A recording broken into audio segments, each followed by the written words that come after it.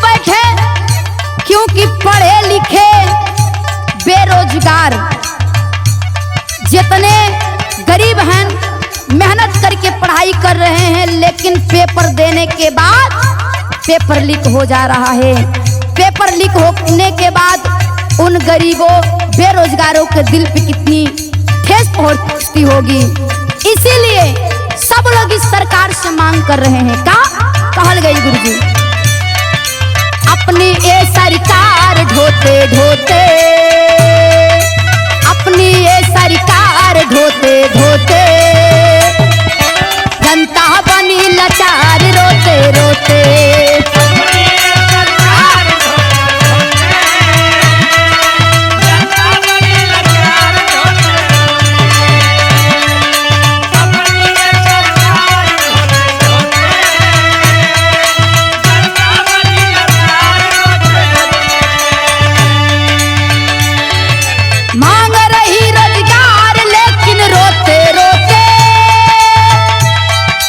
जनता बनी लाचार रोते रोते,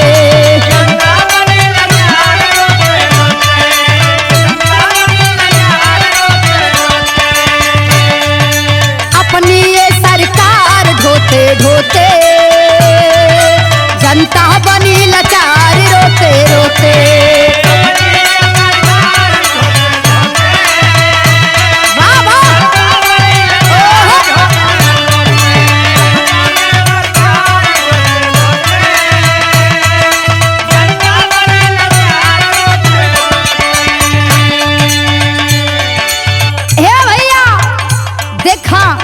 जनता कितनी लाचार हो गई बा। गरीब मजदूर किसान बेरोजगार, पढ़े लिखे जवान साथी लोग इतना मेहनत करके पढ़ाई कर रहे हैं, लेकिन पढ़ाई का कोई मतलब नहीं निकल पा रहा है। कहल गई अंतरा के भाव, कैसे पेपर हुआ लिख बताओ आज ना,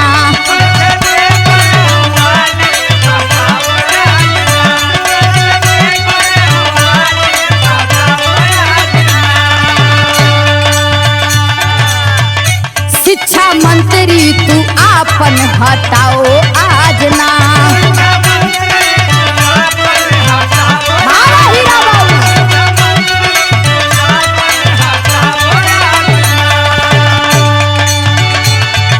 सुनती नहीं पुकार कैसी आखिर ये सरकार,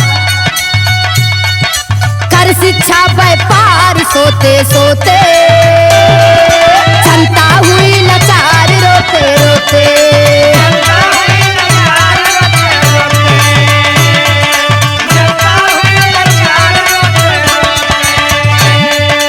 अपनी ये सरकार ढोते ढोते, जनता हुई लाचार रोते रोते।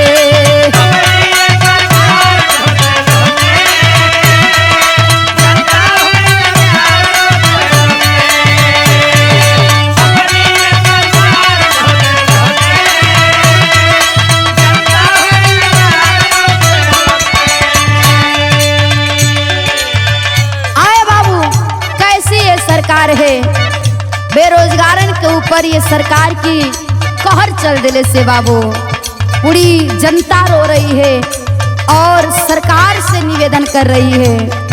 का दूसरी अंतरा के भाव धर गई, बैठे अनशन पे वांग चुक देखो आई के,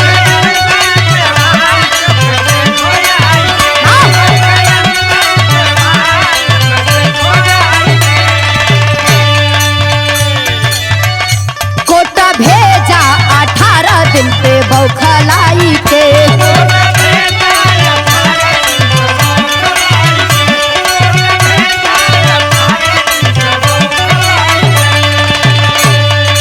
पुलिस हुई तैयार बोले खबरदार होते होते, जनता हुई लाचार रोते रोते।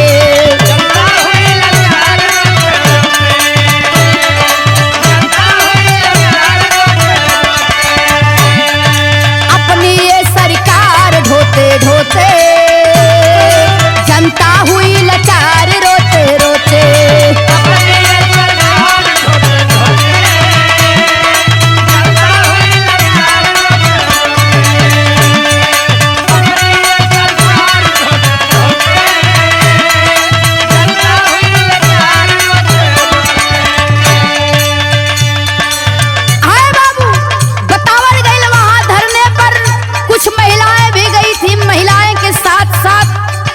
हमारे राष्ट्रीय अध्यक्ष बड़े भैया अखिलेश यादव जी, उनकी धर्म पत्नी डिंपल भाभी भी गई थी, उनके साथ साथ कई सांसद भी गई थी। यहाँ तक कि पुलिस प्रशासन जो धरने पे बैठी महिलाओं को ऊपर लाठीचार्ज करने लगे। और बतावल गई कि डिंपल भाभी को भी लाठी से चोट लगी हुई है, लेकिन आखिरी भाव दिहल गई अंतरा से,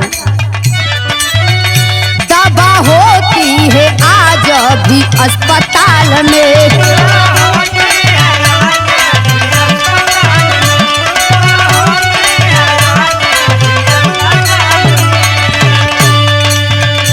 अब जित दीप के बैठे अनशन तत्काल में।